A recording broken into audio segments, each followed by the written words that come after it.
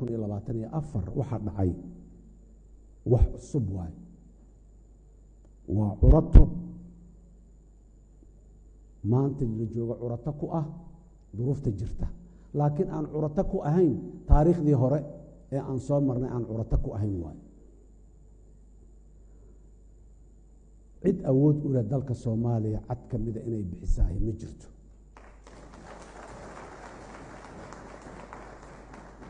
awooyaasheena diiday aabayaasheena diiday hooyooyinkeena iyo ayeesheena diiday annaga intaan nooleyn hadda diidnay sinna suurtagal kuma aha inta yartaa ee maanta Soomaaliyada aan haysano oo aan waliba hoosta ka qabno in badan aan naga maqan oo inay naga maqnaato aanay ahayn laakiin haddana aan inaan horumarsano nabadayno maxaan ku raadaay dadka ku nool iyo deegaanada wax aan qurxino aan ku ballanay maanta in